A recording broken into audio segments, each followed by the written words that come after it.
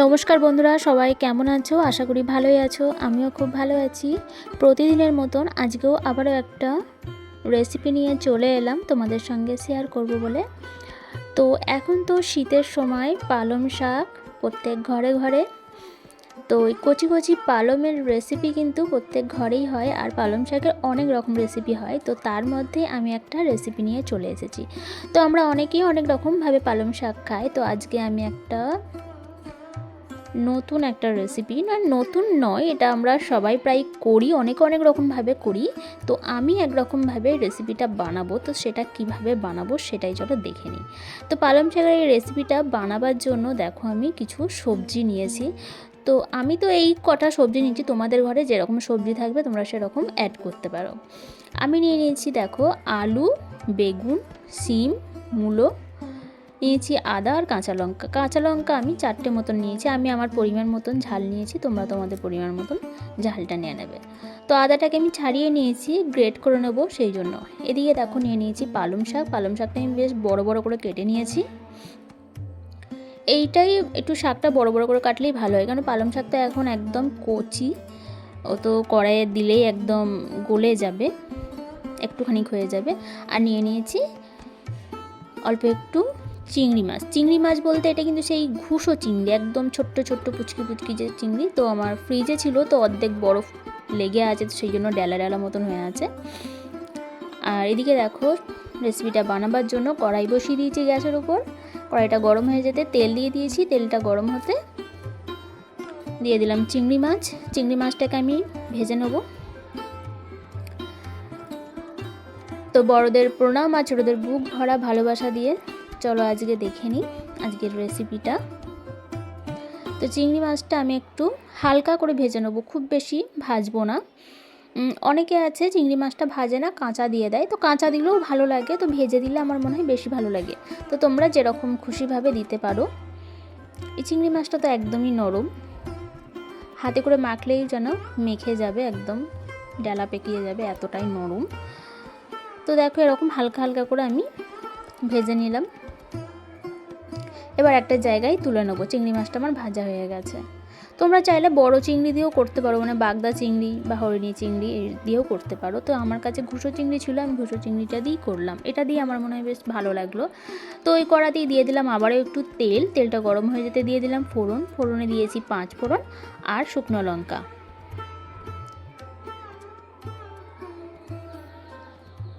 আমি তেজপাতাটা দিইনি, তোমরা চাইলে তেজপাতা দিতে পারো, তাতেও ভালো লাগে। তো তারপর দেখো ফোড়নটা ভেজে নিয়ে দিয়ে দিলাম আলুগুলো তো আমি লম্বা লম্বা ছোটো ছোটো করে কেটে নিয়েছি, তোমরা তোমাদের মতন কেটে নিও। এবার আলুটাকে আমি একটু হালকা করে ভেজে নেব।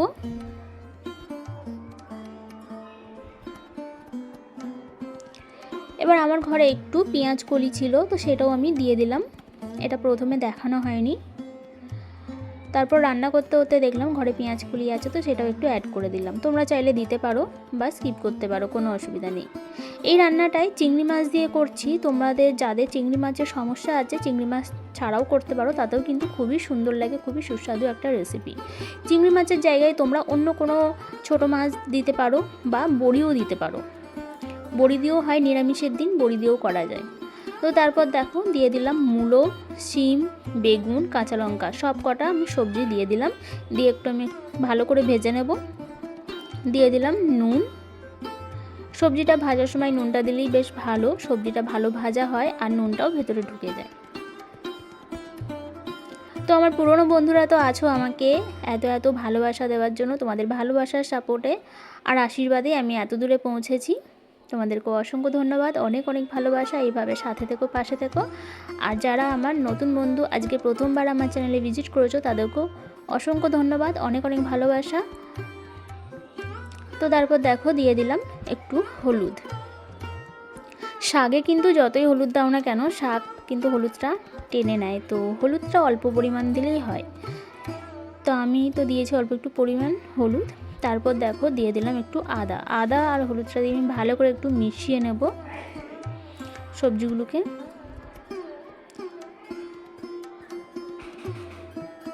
তো অল্প একটু জল দিয়ে দিলাম যাতে মশলাটা ভালো করে মিশে যায়।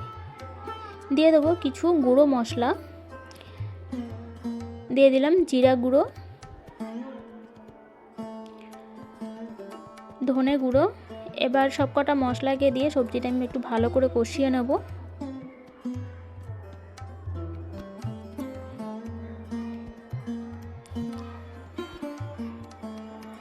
দেখো সবজিটা মোটামুটি আমার প্রায় কষানো হয়ে গেছে।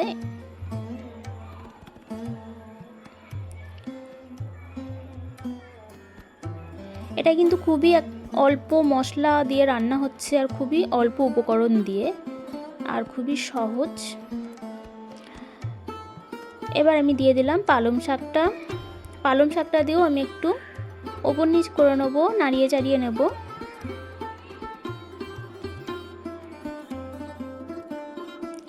শাকে কিন্তু সবসময় অল্প নুন দিতে হয়, কারণ শাকটা কমে গিয়ে একটুখানি হয়ে যায়। তো সেই ক্ষেত্রে তোমরা যদি ভাবো এই শাকের পরিমাণটা অনেকটা বলে যদি নুন দাও, তাহলে কিন্তু নুন চড়া হয়ে যেতে পারে। তো সেই জন্য নুনটা অবশ্যই একটু খেয়াল করে দিতে হবে। তো আমি একটু ঢাকা চাপা দিয়ে রেখেছিলাম, দেখো ঢাকনা খুলে চলে এসেছি, কতটুকু হয়ে গেছে।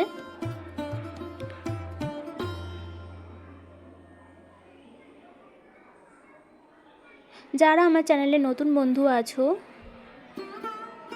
আজকের রেসিপিটা দেখে যদি ভালো লাগে অবশ্যই চ্যানেলটাকে সাবস্ক্রাইব করে নেবে, আর পাশে থাকা বেল আইকনটা প্রেস করে অল নোটিফিকেশানটা অন করে দেবে, তাহলে আমার নতুন নতুন ভিডিও সবার আগে তোমাদের কাছে পৌঁছে যাবে। এবার দিয়ে দিলাম ওই চিংড়ি মাছ ভাজাটা। চিংড়ি মাছটা দিয়ে আমি একটু ভালো করে নাড়িয়ে নেব, মিশিয়ে নেব ভালো করে।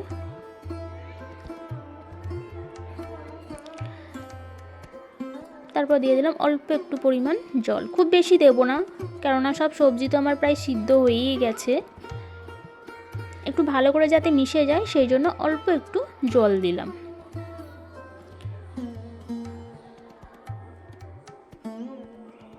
একটু ঢাকা চাপা দিয়ে রাখবো মিনিট 5-এর জন্য। দেখো হয়ে গেছে প্রায়, অনেকটাই রান্নাটা আমার প্রায় হয়ে গেছে। এবার আমি একটু খুন্তির সাহায্যে ঘেঁটে ঘেঁটে দেবো।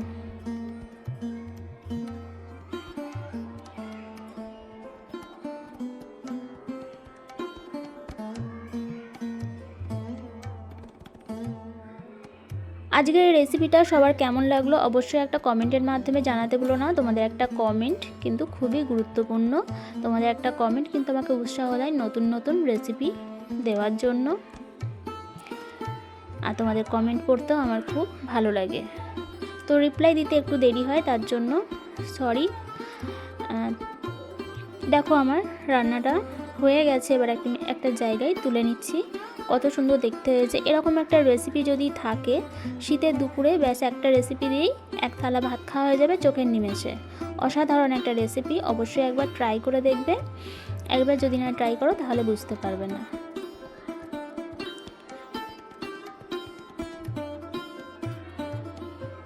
তো এটা কিন্তু নিরামিষের দিনও করা যেতে পারে, শুধু নিরামিষের দিন যাবে না। চিংড়ি মাছ আর পেঁয়াজকলি এই দুটো ছাড়া সেম একই পদ্ধতিতে রান্না হবে। আজকের ভিডিওটা এতটুকুই, দেখা হচ্ছে পরের একটা ভিডিও। ততক্ষণ সবাই তোমরা খুব খুব ভালো থেকো, সুস্থ থেকো, টাটা।